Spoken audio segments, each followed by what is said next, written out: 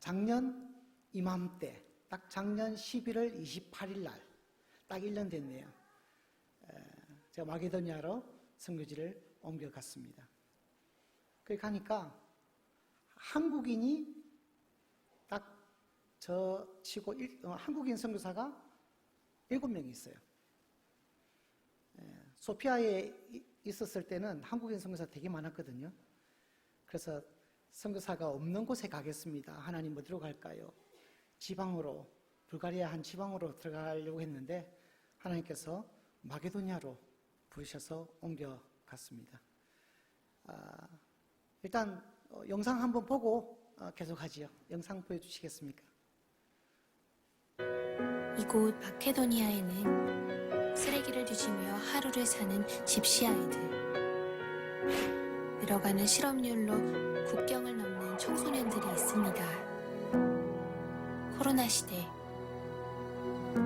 더욱 커지는 교육 불평등과 더욱 어려워지는 가정 경제는 마케도니아 아이들을 비행 청소년, 소년소녀 가장으로 전락시키고 있습니다. 만남과 교제가 멈춰진 지금 우리는 이 청소년들을 위해 무엇을 할 수 있을까요?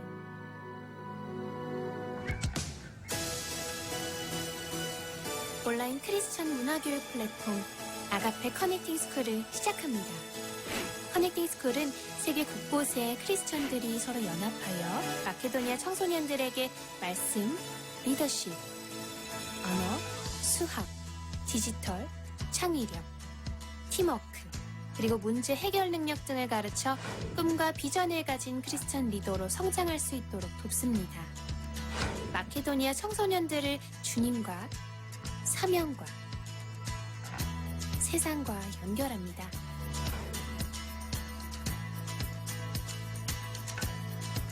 아가페 커넥팅 스쿨의 선생님, 그리고 기술 동역자, 기도 동역자를 모집합니다. 지금 서 있는 그곳에서 지금 할 수 있는 그것으로 어둠으로 가득한 다음 세대에게 소망의 빛을 심어주세요. 서로 연결되고 연합한다면 마케도니아는 희망과 비전으로 가득 찬 예수님의 제자들로 다시 세워질 수 있습니다. 아가페 커넥팅 스쿨과 함께 해주세요.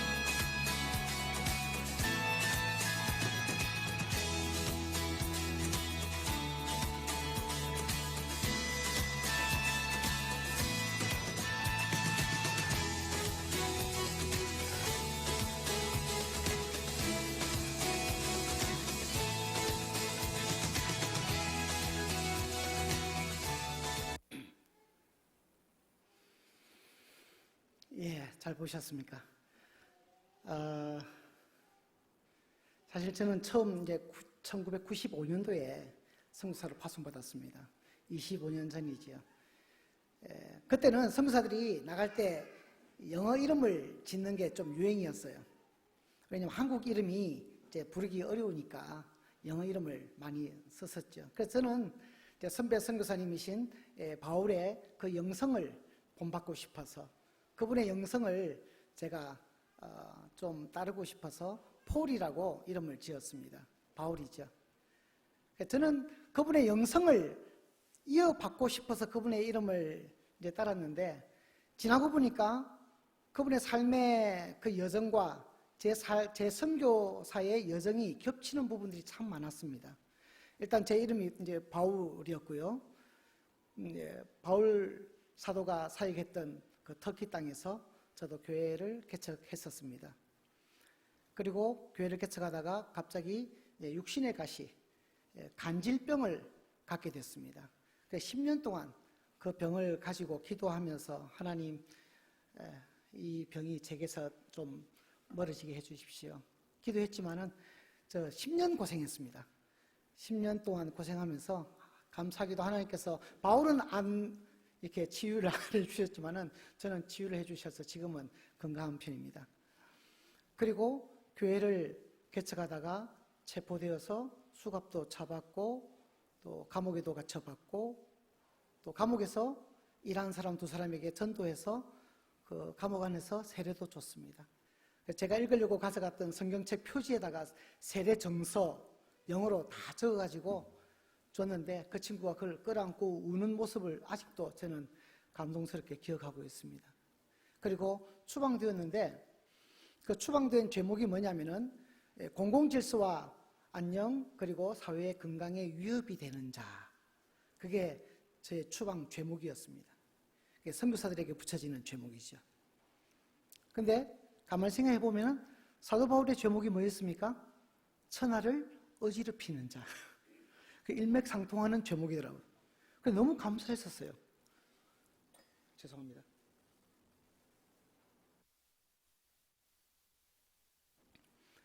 추방되고서 터키어를 하니까 중앙아시아가 터키어권이거든요. 그래서 아시아 쪽으로 가려고 했는데 갑자기 아내가 불가리아 갑시다. 저는 그 당시 추방돼서 정신을 못 차리는 때였고 아내가 또 가자고 하니까 또 들어야 되잖아요. 안 들으면 안 되잖아요. 그러자. 갑자기 아시아로 가려고 하다가 유럽 쪽으로 가게 됐어요. 물론 그 전해에 불가리아 가서 이제 좋은 경험들이 있었습니다. 그 땅에도 터키인들이 너무나 많은 것을 보게 됐거든요. 그냥 길거리에서 지나가면은 터키인들이 말하는 것이 제 귀에 다 들릴 정도로 많은 터키인들이 있는 것을 보게 됐고, 그래 터키 그 불가리아에도 많은 터키인들이 있으니 그 디아스포라를 위해서 사역하는 것도 괜찮겠구나 생각해서 불가리아로 갔습니다. 그리고 불가리아에서 언어를 공부하면서 하나님 이 소피아에는 이 수도인 소피아에는 선교사들이 많은 것 같습니다. 제가 선교사 없는 지방으로 가기를 원합니다. 어디로 가면 되겠습니까? 그래서 동쪽에 터키인들이 많이 몰려 사니까 그쪽으로 여러 번 갔습니다. 터키인들이 모이는 교회에 가서 설교도 하면서 정탐을 했는데 마음이 열리지가 않는 거예요. 도대체가. 그런데 어느 날 갑자기 마게도니아에서 사역하는 한 선교사님이 서울 사랑의 교회 파송 선교사인데, 목사님, 이 마게도니아에 목사가 한 명도 없습니다.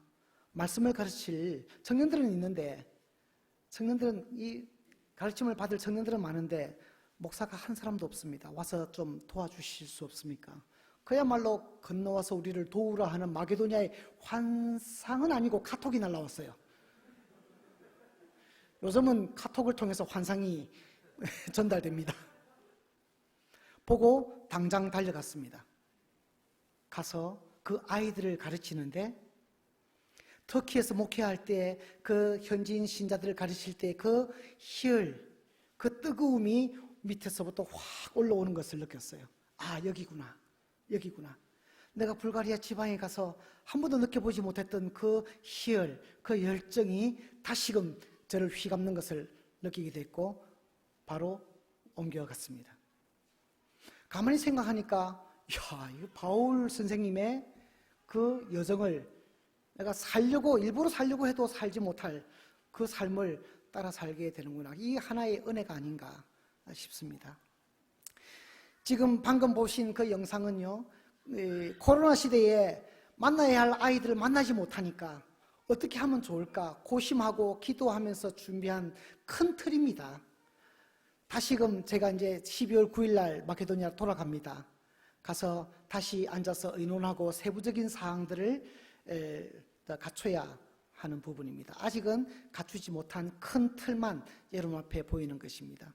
어차피 저희가 그 땅의 아이들을 만나지 못하니까 우리가 하지 못하는 일들, 우리가 갖지 못하는 재능들, 한국에는 재능 많은 사람들이 너무나 많은데, 세계에 또 다른 나라에도 재능 많은 사람들이 너무나 많은데 그들과 컨택을 해서 직접적으로 가르치게 하면 어떨까?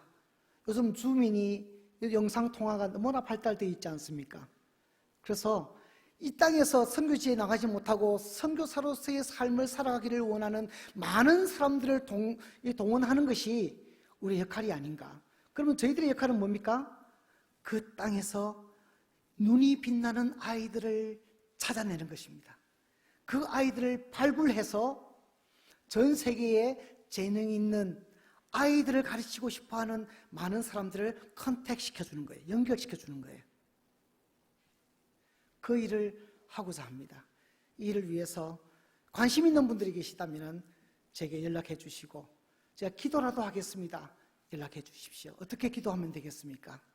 제가 이 재능을 가지고 있는데 어떻게 이 아이들을 가르칠 수 있겠습니까? 그런데요, 저는 집시 아이들을 처음에는 이제 중점적으로 가르쳤어요. 방과 후 교실이라고 생각하시면 됩니다. 학교를 마치고 나서 선교센터에 모이게 해서 기타 가르치고 영어, 한국어, 심지어 여자아이들은요, 한국 아이돌 춤 가르쳐 달라 하더라고요. 제가 무슨 춤을 그냥 유튜브에 보고 네가 따라해라. 유튜브 찾아서 보여주고 뭐 그렇게 할 수밖에 없죠. 하지만 여기서 많은 젊은 아이들 얼마나 잘합니까? 영상을 통해서 따라하게 하고, 그 중에서 정말 옥석을 가려서 눈이 빛나는 아이, 똑똑한 아이, 대학까지 가기를 원한다면 저희 대학 공부시켜줄 수 있습니다. 유학 가겠다면 유학도 시켜줄 것입니다. 그래서 그 나라에 뛰어난 일꾼으로 세우는 것이 저희의 목표입니다. 저희는 건물 세우는 거 목표 아닙니다. 건물 필요 없습니다. 선교는 사람을 세우는 일입니다. 사람을 세워야 됩니다. 선교사는 세례 요한의 삶을 살아야 돼요. 현지인들이 자라날수록 자기는 선교사는 작아져야 합니다. 그들 위에 군림해서는 절대로 되지 않습니다. 사람을 세우고 저희는 사라져야 됩니다. 그래서 그 사람이 제대로 그 나라를 뒤집어 엎어야 됩니다. 그러면 누가 한 일이에요? 저희가 한 일이지요. 저희가 한 일이지요. 여러분, 전도해서 그 사람이 교회에 오면 제 열매입니까? 여러분, 열매가 아닙니다. 나는 단지 그 사람을 심었을 뿐입니다. 그 사람이 전도해서 데리고 오면 그 사람이 저의 열매인 겁니다. 그래서 저희는 선교지에서 나무를 심으러 간 겁니다. 그 사람들이 열매를 맺으면 그 열매는 누구 열매요? 제 열매입니다. 예. 그래서 부지런히 심어야 합니다. 그 열매를 내 당대에 따지 못하더라도, 내 다음 때에 선교사가 와서 따더라도 저희들은 부지런히 나무를 심어야 합니다. 심어야 합니다. 자, 제가 사실 이번 선교사 대회에 있다는 거 알았습니다. 우리 양 목사님이 메일을 보내서 참여하도록 초청도 했습니다. 근데 이번에 와서 제가 동기들이나 후원교회에 연락을 드려도 만나기를 좀 주저하시더라고요. 코로나 시대에 외국에서 왔다고 하니까 혹시나 싶어서 그런지, 그래서 강권하지 않으면 제가 사람도 만나지 않았고 오지도 않았어요. 사실은 목사님께도 연락을 드리면 070 전화번호라고 안 받으시더라고요. 왔습니다. 인사를 드리려고 전화했는데 안 받으시더라고요. 그래서 그냥 그런가 보다 했는데, 제렌 만나러, 우리 딸 만나러 여수까지 왔는데 목사님 인사를 안 드릴 수 있습니까? 인사드리러 왔더니만 그냥 털썩 잤더니만은 다 찾는데 어떡하지? 29일 날 와, 29일 날. 그래서 25번째 어거지로 오게 된 겁니다. 안 오려고 했는데, 불러주셔서 너무 감사하고요. 여러분 뵙게 돼서 너무 감사한 거예요. 이제 2017년도 왔었거든요. 그때는 이 자리가 가득 찼었어요. 오전 예배 때, 오후 예배 때 2번 했었는데 정말 감격스러운 예배로 기억하고 있습니다. 그런데 이 코로나 때문에 자리가 빈자리가 있다는 게 너무나 가슴 아파요.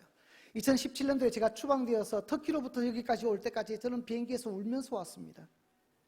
그런데 이번에 올 때는 저는 정말 행복하게 왔습니다. 왜 그럴까요? 지난달에 제 아들이 장가를 갔습니다. 시아버지 반열에 올라섰습니다. 그런데 아들 장가 가고 나서 2주 있다가 제 딸이 딸을 낳았습니다. 할아버지 반열에 올라섰습니다. 하나님께서 얼마나 저를 높여주시는지요.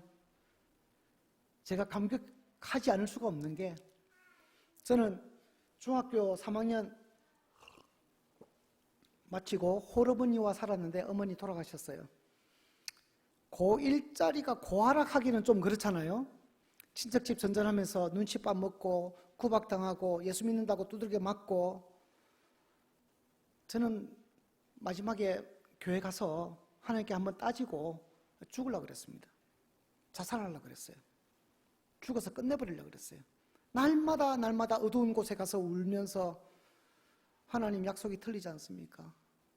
약속이 틀리지 않습니까? 기도하면 다 들어주신다면서요. 근데 왜 우리 어머니 돌아가시겠습니까? 내가 선교사라도 되겠다고 했지 않았습니까? 그럼 살려주셔야죠. 왜 저를 혼자 내버려 두셨습니까? 혼자가 되게 하셨습니까? 죽으려고 그랬어요. 마지막이다 생각하고 교회 갔는데요. 목사님 말씀 구절이 이사야 43장 1절 말씀이에요. 너는 내 것이라. 그 말씀을 읽는 순간에 펑펑 울고 제 발로 고등학교 그만뒀습니다. 중퇴했습니다. 그리고 일했습니다. 7년 동안 열심히 일해서 1,000만 원을 모았습니다. 그리고 바로 검정고시 학원에 등록했습니다. 어렵사리 4개월 공부하고 합격했습니다. 하나님의 은혜였습니다. 정말 하나님의 은혜였습니다. 그리고 바로 신학교 갔습니다. 왜요? 성사 나가야 되니까. 하나님 앞에 약속했잖아요. 비록 좀 계약은 어그러졌지만은, 협상은 어그러졌지만은 저를 구원해 주신 하나님 너무 감사해서 신학교 갔습니다. 졸업하자마자 다른 사람들 다 신학대학원 간다고 난리인데 저는 바로 선교지로 뛰쳐나갔습니다. 그때가 30살이었습니다. 지금 55입니다. 지금까지 지내온 거 생각하면요, 하나님의 은혜가 아닐 수가 없습니다. 생각해 보세요. 자살하고 치우려고 했는데 장인도 되었고 시아버지도 되었고 급기야 할아버지까지 되었습니다. 이 은혜를 어떻게 나눌 수가 있겠습니까? 자, 이렇게 된 방법이 있습니다. 자, 오늘 말씀 제목이 뭡니까? 당신의 주어는 안녕하십니까? 우리가 날마다 말을 하지요. 말을 하면서 살지요. 그죠? 말에는 문장으로 이루어집니다. 하나의 문장으로 이루어집니다. 그 문장에는 뭐 있습니까? 주어, 목적어, 서술어. 나는 오늘 여수로 왔다. 주어, 나는 여수로, 목적어, 왔다. 서술어죠. 동사. 주로 주어는요, 얻는 이가로 되고요. 그 다음에 주로 명사, 대명사, 부정사, 동명사 이런 것들이 주어가 됩니다. 근데 여기 지금 국어 시간이 아니니까 그거 다 생략하고요. 터키어에는 주어를 주로 말하지 않더라도 동사의 주어가 포함되어 있습니다. 지금 불가리아어, 마게도니아를 배우고 슬라브어를 배우고 있는데요. 그 언어에도 동사의 주어가 포함되어 있습니다. 굉장히 경제적인 언어입니다. 그래서 우리 경상도 말이 있지 않습니까? 아는 밥도 자자. 똑같은 아주 경제적인 그런 언어로 보여지고 있습니다. 창세기 1장 1절 한번 보십시다. 자, 이 성경의 첫 문장에 한번 다 같이 읽어보겠습니다. 시작. 태초에 하나님이 천지를 창조하시니라. 여기서 주어가 뭡니까? 누구죠? 하나님이 이 문장의 주체가 되시는 분은 바로 하나님이시다는 겁니다. 하나님이 이 성경의 주인이시고 이 온 천하 만물의 주인 되신다는 것입니다. 성경은 하나님 이야기입니다. 그러면 마태복음 1장 1절 신약의 첫 문장을 한번 보십시다. 다시 읽습니다. 시작. 아브라함과 다윗의 자손 예수 그리스도의 계보라. 이 주어가 생략되어 있죠. 주어는 뭡니까? 이것은 계보다. 누구의 계보? 예수 그리스도의 계보다. 그렇기 때문에 이 문장의 주체도 바로 예수 그리스도라는 것입니다. 신약의 이야기는 바로 예수 그리스도의 이야기다는 것입니다. 성경에요, 교과서가 있고 참고서가 있습니다. 공부 잘하는 친구들 뭐라 그러죠? 교과서에 충실했어요. 공부 못하는 애들은요, 참고서만 디비보죠. 그러다 시험 못 치고. 자, 성경의 교과서, 구약의 교과서는요, 모세오경입니다. 나머지는 그 모세오경을 뒷받침해주는 참고서들입니다. 신약의 교과서는요, 두말 할 것 없이 사복음서죠. 그리고 나머지 책들은 그 사복음서, 예수님을 부각시켜주는 참고서들입니다. 그렇기 때문에 여러분, 아무리 성경에 대해서 몰라도 교과서는 다 읽어보셔야 됩니다. 그래야 인생 졸업할 때 다 배웠다, 좀 주님 앞에 섰을 때에 부끄럽지 않을 수 있습니다. 참고서 다 읽지 못하더라도 교과서만큼은 충실하셔야 됩니다. 모세오경과 사복음서만큼은 반드시 읽고 통달하시기 바랍니다. 그 교과서의 첫 문장이 뭐라고요? 태초에 하나님이 천지를 창조하시니라. 구약은 하나님께서 하신 일들입니다. 신약은요, 예수 그리스도께서 하신 일들입니다. 거기서 주어가 정확하게 나타납니다. 여러분, 오늘 만약에 여러분 일기를 쓰신다면 어떻게 시작하죠? 나는 오늘 모든 그 하루 동안 있었던 사건과 모든 행사의 의미와 뜻이 나로 하여금 내 중심적으로 해석되어지는 것입니다. 나는 오늘 초밥을 먹었다. 초밥 맛이 기똥찼다. 또 먹고 싶다. 뭐 그런 식이에요. 내 중심적인 사고, 자기 중심적 세계관에 휩싸여 있는 것이 바로 그 일기에서 나옵니다. 이게 신앙에 접목시키면 자기 중심적 세계관의 초등신앙인. 나는 오늘 내가 부각되어지는 모든 일어난 일들의 중심은 자기입니다. 자신의 시각, 자신의 관점으로 해석되어지고 받아들여진다는 것이죠. 이게 굉장히 초딩적인 신앙인입니다. 그럼 고등 신앙인은 어떤 주어를 어떻게 해야 될까요? 하나님께서, 주님께서, 예수님이 이 단어로 문장을 시작하고 그렇게 언어 생활을 계속 반복적으로 하신다면 여러분들은 바로 고등 신앙인이 될 수 있다는 것입니다. 여러분 자녀들에게 복 받으라 그러죠? 복 받으라 그러죠? 예. 어떻게 해요? 어떻게는 방법적으로는 알려주지 않고 그냥 복 받아라. 어떻게 복 받을 수 있어요? 내가 사용하는 말의 주어를 내가 아니라 하나님으로 사용하게 된다면 그는 반드시 복을 받을 수밖에 없습니다. 믿으십니까? 아멘 소리 작아요. 의심하시는가 봐. 뭐 그럴까요? 저를 보십시오. 제가 그렇다고 해서 평생 제가 하나님을 주어로 산 사람은 아닙니다.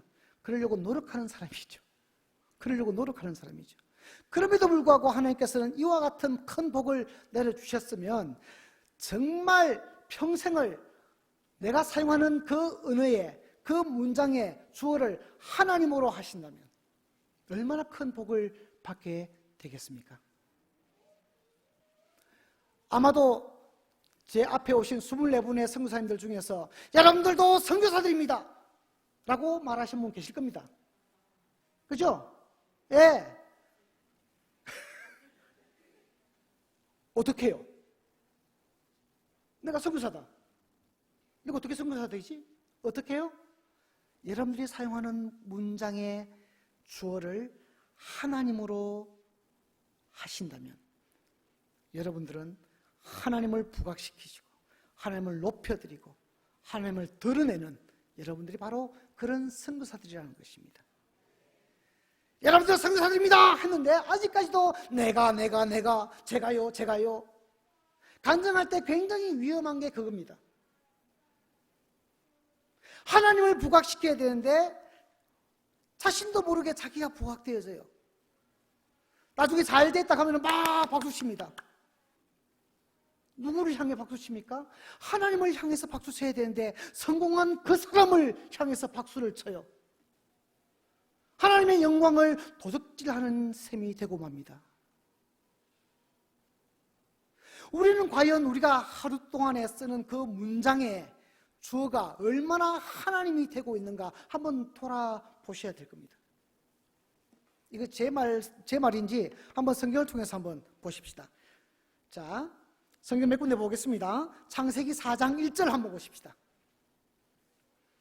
자, 앞에 나와 있죠? 다시 읽습니다. 시작. 아담이 그의 아내 하와와 동침하매 하와가 임신하여 가인을 낳고 이르되 내가 여호와로 말미암아 덕남하였다 하니라.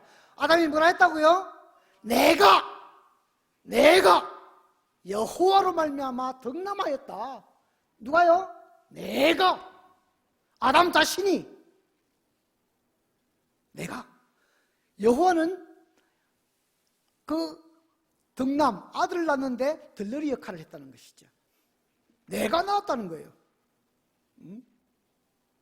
제가 소녀 봤다고 그랬죠. 보자마자 제 입에 어떤 말이 나왔겠습니까? 어이구 내 새끼.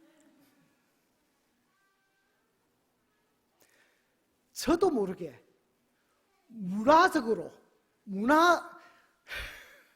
참 안 그러려고 했는데 하나님의 선물 그러려 했는데 나도 모르게 저 속에 깊은 곳에서 우러져 나오는 그 말 한마디, 어이구 내 새끼. 자, 아담이 가인을 낳고 어이구 내 새끼 했습니다. 가인이 어떤 일을 했습니까? 동생을 쳐 죽였죠. 근친 살인자가 됐습니다. 어이구 내 새끼 하면서 키웠던 그 아들이, 내가 덕남했다고 한 그 아들이 근친 살인하는 살인자가 되고 말았어요. 자, 할아버지, 할머니들 조심하십시오. 어이구 내 새끼 하다가는요 뒤통수 맞을 수 있습니다. 하나님의 선물로 받아들이셔야 됩니다. 자격이 되지 않는데, 아버지 어머니의 그 자격이 되지 않는데 하나님께서 나에게 선물로 주셨구나, 감사합니다, 하나님의 자녀로 키우겠습니다, 이래야 되는데 아이고 내 새끼.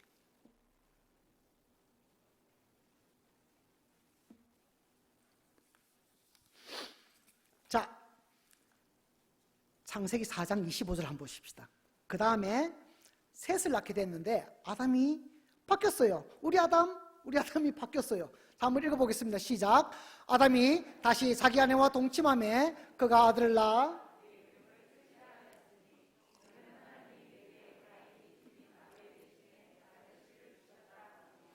자, 하반절 다시요. 하나님이 내게 가인이 죽인 아벨 대신에 다른 씨를 주셨다 함이며. 누가요? 하나님이 주어가 바뀌었어요. 주어가 바뀌었어요. 하나님이 누구를 주셨다고요? 셋을 주셨다. 그 셋이 누굽니까? 그 셋의 계보를 통해서 누가 오셨어요? 예수님이 오셨습니다.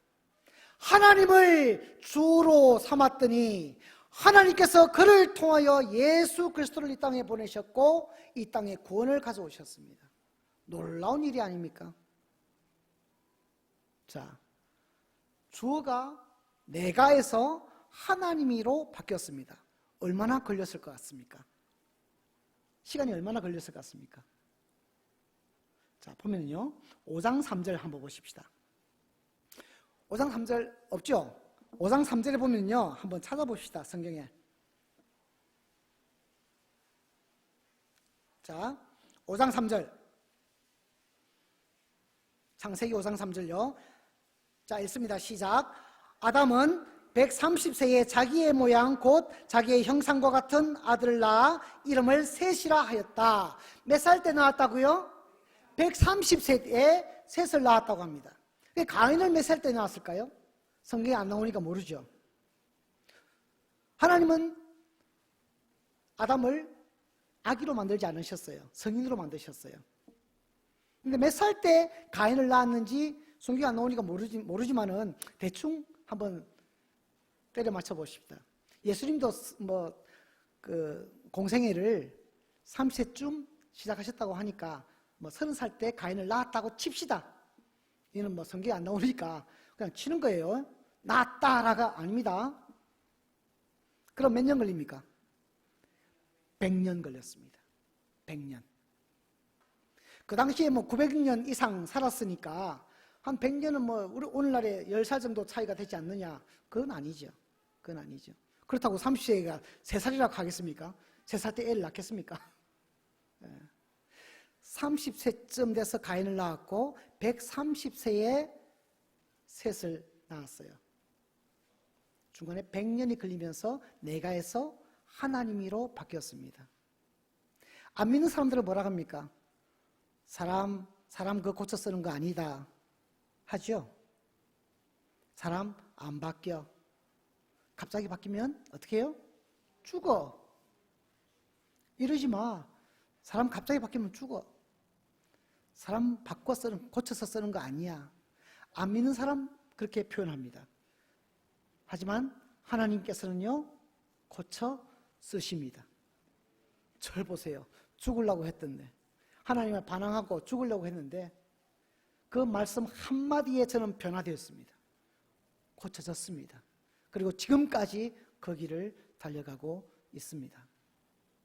하나님은 고쳐 쓰십니다. 얼마나 걸렸던지 간에. 그러니 여러분 가정 가운데 소망이 보이지 않는 누군가가 있다면 기도하십시오. 100년 안에는 바뀔 겁니다. 네. 100년 안에 바뀐다. 이거 보세요. 성경에 나와 있잖아요. 아담이 100년 만에 바뀌었잖아요. 그럼 100년 안에 바뀌겠죠. 네? 제가 야곱을 참 좋아합니다. 왜 그럴까요? 야곱은요, 성공지향적인 사람이었습니다. 그래서 장자권을 받아서 복을 받기를 원했고, 그래서 성공하기를 바랬어요. 성공지향적인 사람, 우리 가운데 많습니다. 저도 그랬습니다. 성서로 30살 때 딱 나갈 때에 성공한 선교사, 정말 이름 난 선교사가 되겠다고 다짐을 하고 갔습니다. 야곱의 생애를 보면요, 제 모습이 그대로 투사가 되는 거예요. 그냥 비춰지는 거예요. 야곱을 한번 보십시다.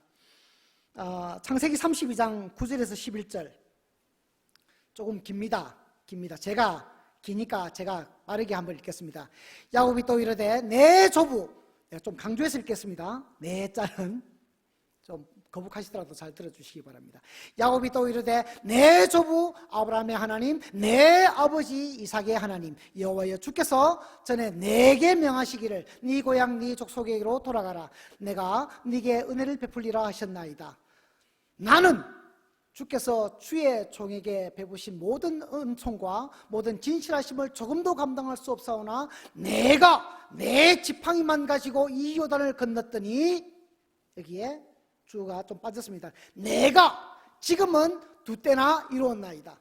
내가 주께 간구하오니 내 형의 손에서 에서의 손에서 나를 건져내시옵소서. 내가 그를 두려워하면 그가 와서 나와 내 처자를 칠까 겁이 나기 때문이니이다. 어휴, 이런 것도 힘들어요. 나. 야곱이 이런 사람이었습니다. 정말 자기 중심적인 사람이었습니다. 성공지향적이었고 자기만 아는 사람이었습니다. 자기가 갖고 싶은 건 다 가지는 그런 소유욕이 강한 한 사람이었습니다. 그런데요, 번일이라고 불리는 그 야복 강가에서 한 천사와 한 사람과 씨름을 했지요. 많은 성경학자들은 그 사람을 구약에 나타나신 예수님이라고 말들을 하고 있습니다. 그가 축복한 것이 그 권위가 있기 때문입니다.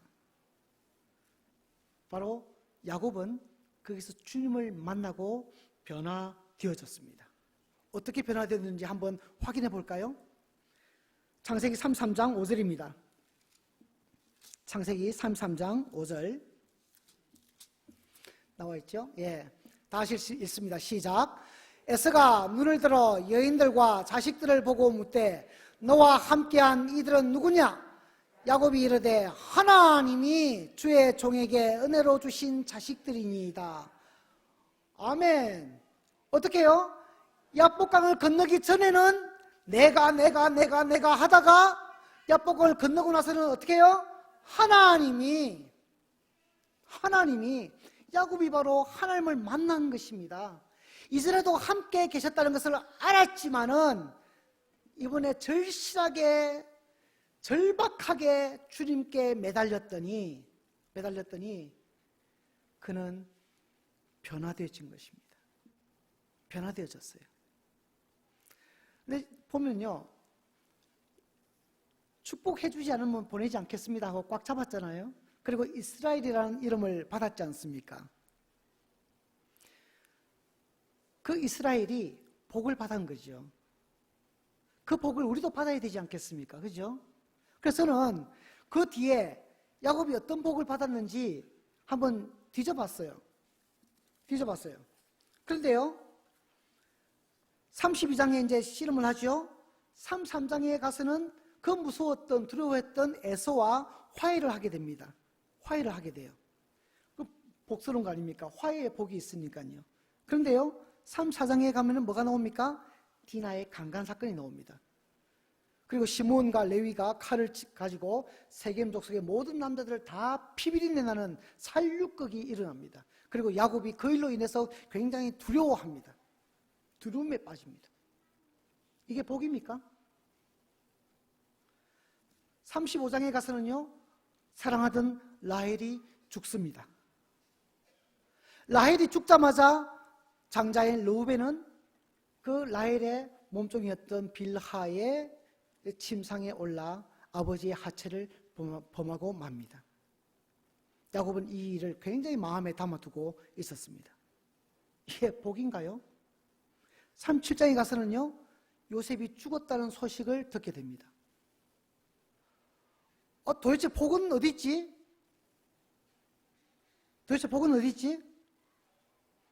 굉장히 당황했었어요. 이 일을 괜히 찾아봤나? 뭐지? 혼란스러운 거예요.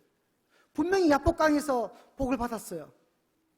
그런데 그 뒤로 가면은 복보다는 더 살인과 성적인 범죄들 이런 것들이 너무 많은 거예요. 도대체 야곱이 받은 복은 무엇일까? 고민을 많이 했었어요. 거기서 찾아냈습니다. 아브라함의 하나님, 또 이삭의 하나님, 야곱의 하나님. 성경 여러 군데에서 나오지 않습니까? 뭡니까? 야곱이 받은 복은요, 하나님께로부터 인정을 받는 복입니다. 우리가 왜 왜 반복해서 말합니까? 인정받으려고 하지 않습니까? 인정받으려고. 어릴 때는 아버지로부터 한번 인정받아 볼 거라고 그렇게 열심히 공부를 하고, 커서는 장가가서는 아내의 인정을 받아 볼 거라고 그렇게 쇠가 빠지게 일을 하고, 회사에서는 상사들로부터서 인정받기 위해서, 교회에 나와서는 다른 형제 자매들로부터서 인정받기 위해서 그렇게 애쓰지 않습니까? 인정받으려고 그렇게 부각을 시키는데 실상 보면은 허탈한 뿐입니다. 허탈한 뿐이에요. 그런데 야곱은 바로 하나님께서 인정하시는 그 복을 받았다는 거예요. 아브라함의 하나님, 이삭의 하나님, 야곱의 하나님. 다 같이 한번 이렇게 저 따라 하십시오. 그리고 맨 마지막에 자신의 이름을 넣어서 하나님을 한번 해보십시오. 다시 시작합니다. 아브라함의 하나님, 이삭의 하나님, 야곱의 하나님, 신영이의 하나님.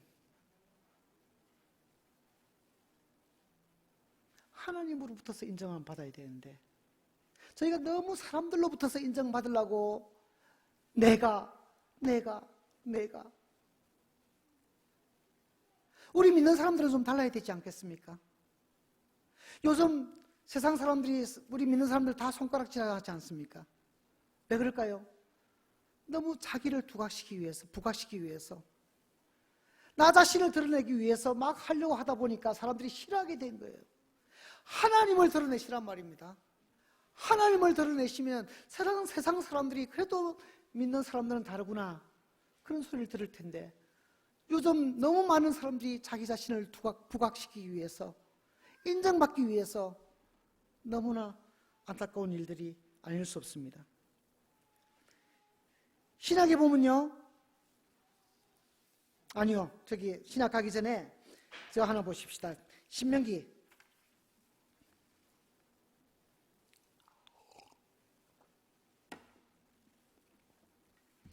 8장 17절에서 18절, 이 모세의 말입니다. 다 같이 했습니다. 시작. 그러나 네가 마음에 이르기를 내 능력과 내 손의 힘으로 내가 이 재물을 얻었다 말할 것이라. 네 하나님 여호와를 기억하라. 그가 네게 재물 얻을 능력을 주셨음이라.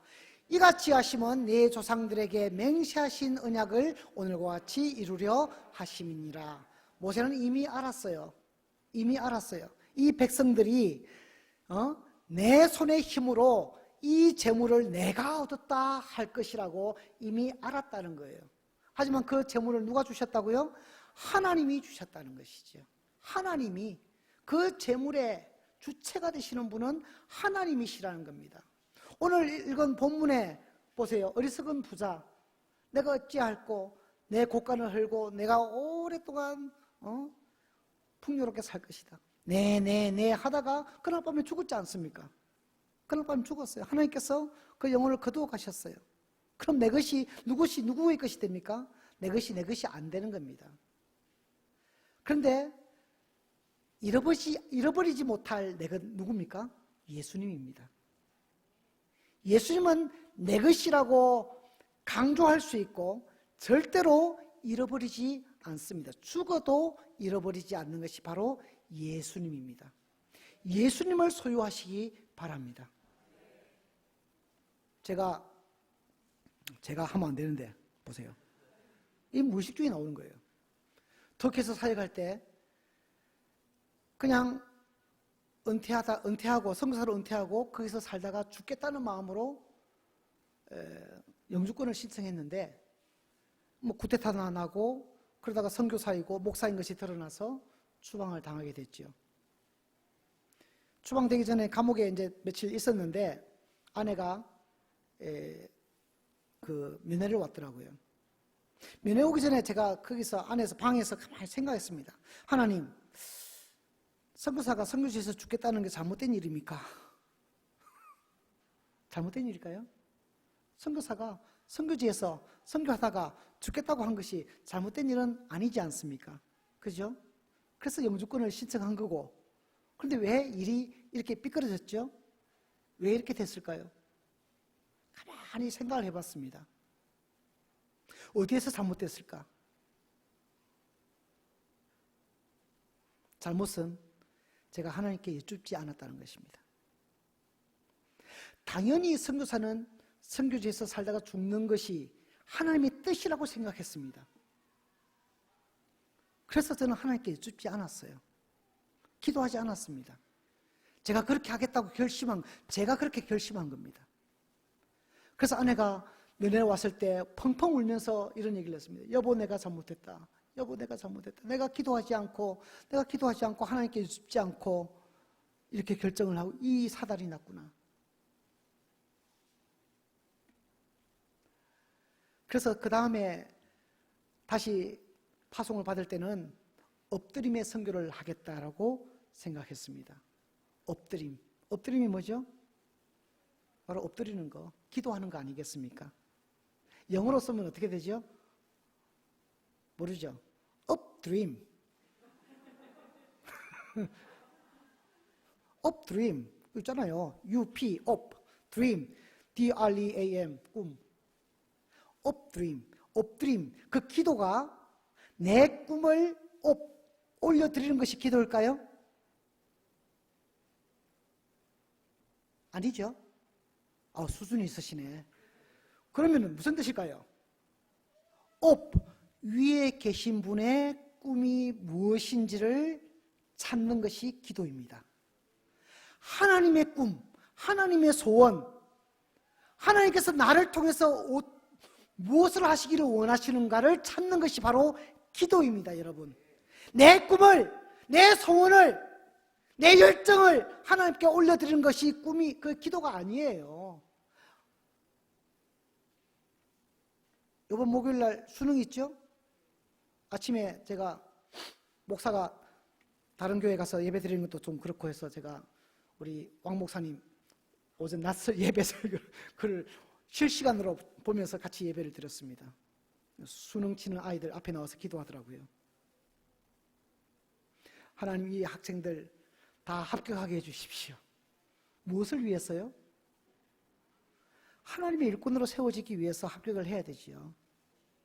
그런데 문제는 우리가 너무나 내 아이 합격하게 해달라고, 물론 말은 하나님의 영광을 위해서, 하나님의 일을 위해서 합니다만은 그 속에서 정말 자신의 영광은 없는가?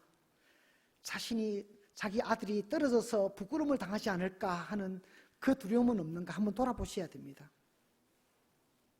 자녀를 위해서 기도하실 때 그 주어가 정말 하나님의 뜻을 찾는 그런 기도가 되어져야 합니다. 내 소원, 내 자녀 잘 되게 해주십시오. 내 자녀가 정말 잘 되어서 하나님께 영광 되게 해주십시오. 그 속에는 추호도 자신의 영광을 구하지 말아야 한다는 것입니다. 그게 쉽지는 않습니다. 쉽지는 않습니다. 정말 어렵습니다. 하지만 그를 해내는 사람이 고등 신앙인입니다. 자, 신약으로 한번 가볼까요? 오늘 본문 그렇다 치고요. 누가복음 18장 18절에 한번 보십시다. 누가복음 18장 18절. 어떤 관리가 물어 이르되 선한 선생님이여 내가 무엇을 하여야 영생을 얻으리이까? 자, 이 질문에는 이면에 무슨 내포된 뜻이 있습니다. 이 사람은 정말 어려서부터 율법을 잘 지킨 사람입니다. 예수님도 인정하셨어요. 이 사람의 질문의 의도가 뭡니까? 내가 구원받지 않으면 누가 구원받겠습니까? 자, 여기서 내가 이만큼 했는데 알아주시죠? 이제 더 뭘 해야 되겠습니까? 이 뜻이에요. 확실히 다르죠? 예? 도대체 내가 뭘 또 해야, 이제 여기서 뭘 또 해야 구원을 받을 수 있겠습니까? 하는 거예요. 상당히 내가 이제 뭘 더 해야 구원을 받겠습니까? 하는 그런 질문이에요. 얼마나 교만한 질문이고, 얼마나 아나무인적인 질문인지 모릅니다. 우리 가운데서도 이런 질문을 하는 사람이 없는지 자신을 한번 돌아봐야 돼요. 내가 이 정도로 교회에 헌신했는데 투표에서 떨어져? 내가 이 정도로 했는데 안 알아줘? 내가 교회 옮겨버려야지 못 살았겠네. 이런 심정. 여러분, 너 내가 누군지 알아? 많이 들어보셨죠? 그 웃는 얼굴로 합니까? 그 말을? 상당히 화가 나서 상기된 얼굴로 하죠. 너 내가 누군지 너 알아? 그 속에 마귀가 있는 것입니다. 마귀가 있는 거예요. 내가 누군지 아느냐? 자신을 드러내고자 하는, 나 어마어마한 사람이야. 네가 몰라봐서 그렇지. 나 어마어마한 사람이야. 자신을 엄청 드러내려고 하는 그런 거죠. 참, 그걸 웃으면서 하겠습니까? 형제님, 제가 누군지 아시겠습니까? 그래 안 되죠. 너 내가 누군지 알아? 어디 감히? 이렇게 나오는 거죠. 절대로 우리 믿는 사람들 가운데서는 그런 말이 나와서는, 입 밖에 나와서는 안 됩니다. 몰라줘도 됩니다. 누가 몰라줘도 됩니다. 왜 굳이 사람들로부터서 내가 누군지 아느냐고 자꾸 이렇게 하려고 그러십니까? 사람들이 몰라줘도 하나님이 인정해 주시잖아요. 하나님이 인정해 주시잖아요. 130년 험악한 세월을 보냈던 그 야곱도 하나님께서 인정해 주셨는데 험악한 세월을 보낸 우리도 하나님께서 인정해 주시지 않겠습니까? 하나님께서 인정해 주실 것을 믿고 내가 누군지 알아? 그 말 하지 마시기 바랍니다. 자, 일반인은 그렇다 치고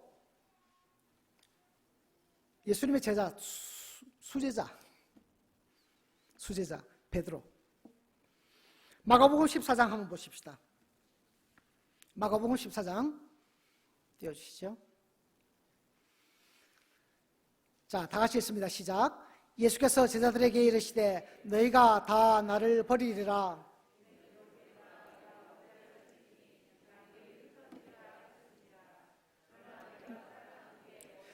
먼저 갈릴리로 가리라. 베드로가 여짜오되 다 버릴지라도 나는 그리하지 않겠나이다. 예수께서 이르시되 내가 진실로 네게 이르노니 오늘 이 밤 닭이 2번 울기 전에 네가 3번 나를 부인하리라. 베드로가 힘있게 말하되 내가 주와 함께 죽을지언정 주를 부인하지 않겠나이다 하고 모든 제자도 이와 같이 말하니라. 모든 제자들도 미투 그랬다는 거죠. 나도요. 근데 다 어떻게 됐죠? 다 뿔뿔이 도망갔고 베드로는 3번 부인했습니다. 그렇게 힘있게 내가 주와 함께 죽을지언정 주를 버리지 않겠나이다 했지만 그는 3번 부인하고 말았죠. 자신의 의지에 기대니까 약할 때에 그냥 무너져 내리는 것입니다. 여러분 스스로를 믿습니까? 저는 저 자신을 못 믿겠더라고요. 아무리 계획을 세우고 이렇게 하겠다 해도 안 되더라고요. 안 돼요. 의지가 약한 것이죠. 선교지에 선교사로 나갑니다. 누가 관리 감독하는 사람이 있습니까? 자기가 알아서 해야 됩니다. 자기가 알아서 해야 돼요. 누구 하나 오늘 뭐 했습니까? 묻는 사람 없습니다. 자기가 알아서 성경 읽어야 되고 자기가 알아서 기도해야 되고 자기가 알아서 설교 준비하고 자기가 다 누구 지켜보는 시선 없습니다. 굉장한 의지가 필요한 삶이 바로 선교사의 삶입니다. 근데 그 강한 의지로 해내는 사람들도 결국에 나중에 자기 공력으로 돌아가는 사람들도 있습니다. 너무 안타까운 거죠. 근데 요한복음 21장에 보십시오.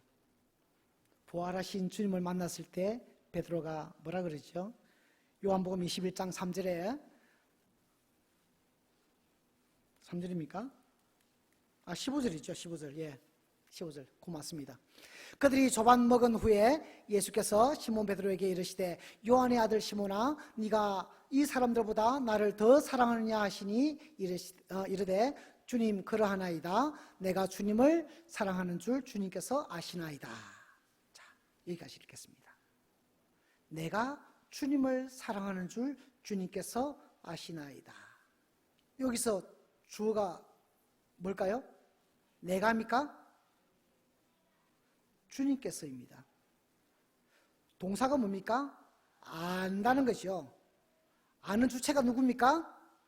주님이시잖아요. 그럼 내가는 뭡니까? 주님을 꾸며주는 거예요. 내가 주님을 사랑하는 줄을 아시는 주님. 주님입니다.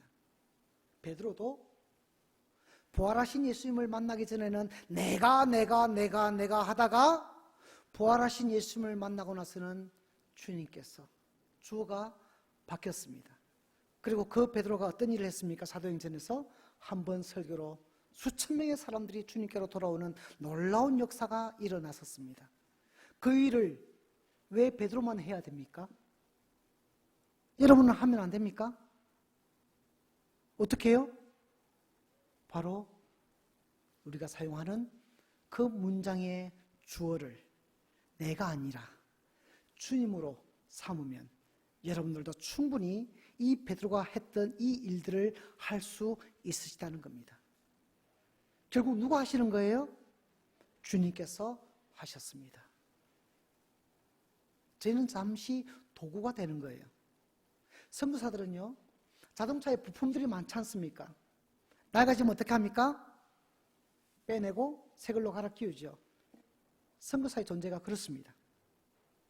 부품의 하나입니다. 그 시대, 그 당대에 필요한 만큼 쓰시고 하나님께서는 빼내시고 다른 부품을, 다른 선교사를 집어넣으시는 거예요.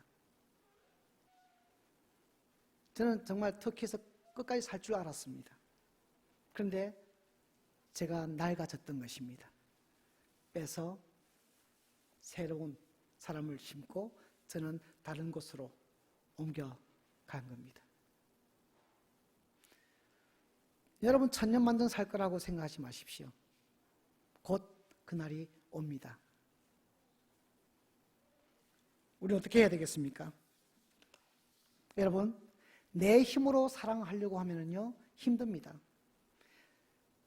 내 자녀에게도 내 능력으로 사랑하려고 하면요 낙심되고 짜증나고 힘들고 어렵습니다.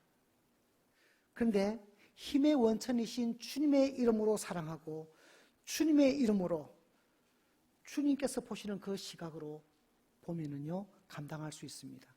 자, 보면은요 다시 야곱 얘기가 나옵니다. 에서를 만났을 때 야곱이 에서에게 뭐라고 한지 아십니까? 형님 얼굴을 뵈니 하나님의 얼굴을 뵌 것 같습니다 라고 말을 해요. 설마 그렇겠습니까? 에서는 지금 야곱을 때려 죽이려고 400명의 칼찬자들과 함께 달려왔는데 그의 얼굴이, 에서의 얼굴이 하나님과 같겠습니까? 아닙니다. 그럴 리가 없습니다. 그런데 왜 야곱은 그런 말을 했을까요? 바로 야곱 안에 하나님으로 충만하기 때문에 그 모든 것이 다 하나님으로 보이는 것입니다. 우리 가운데, 우리 형제들 가운데 어떤 집안에 어려운 일들이 많이 생겨납니다. 우리가 너무 쉽게 말할 수 있는 게 뭡니까? 아이고 그 집에 마가 꼈나? 왜 그래? 너무나 쉽게 그런 말을 합니다. 내 속에 그 마가 꽉 끼었기 때문에 그렇게 보이는 것입니다. 내 속에 하나님이 꽉 차 있다면 나를 비방하고 욕하고 정말 무시하고 업신여기는 그 사람을 볼 때에 누구로 보인다고요? 하나님의 얼굴로 보인다는 것입니다. 내가 하나님으로 가득 차 있으면, 하나님께서 내 속에 가득 차 있으면, 그렇죠? 내가 하나님으로 가득 차 있는 게 아니라 하나님께서 내게 가득 차 있으면 옆 사람이 하나님의 얼굴로 빛나는 겁니다. 한번 옆에 사람과 인사하십시다. 당신의 얼굴을 뵈니 하나님의 얼굴을 뵙는 것 같습니다.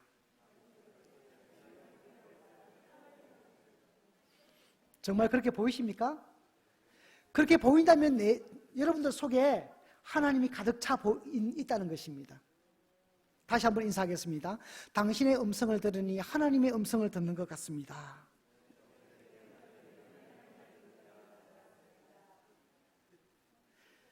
제 속에 하나님의 음성이 제 속에 가득 있으면 그렇게 들린다는 거예요.